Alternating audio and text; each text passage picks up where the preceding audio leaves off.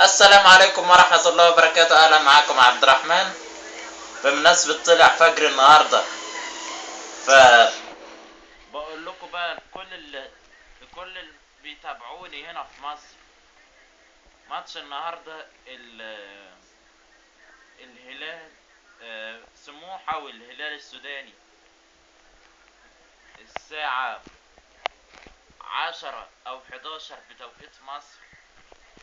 أنا كان في بالي المريخ السوداني، لكن طلع الهلال السوداني مش المريخ. المهم، بكرة بقى كمان ماتش الأهلي والوداد المغربي الساعة 1 بالليل بعد السحور. ده كل اللي كنت حابب أقول لكم عليه قبل ما أنام. والسلام عليكم ورحمة الله وبركاته.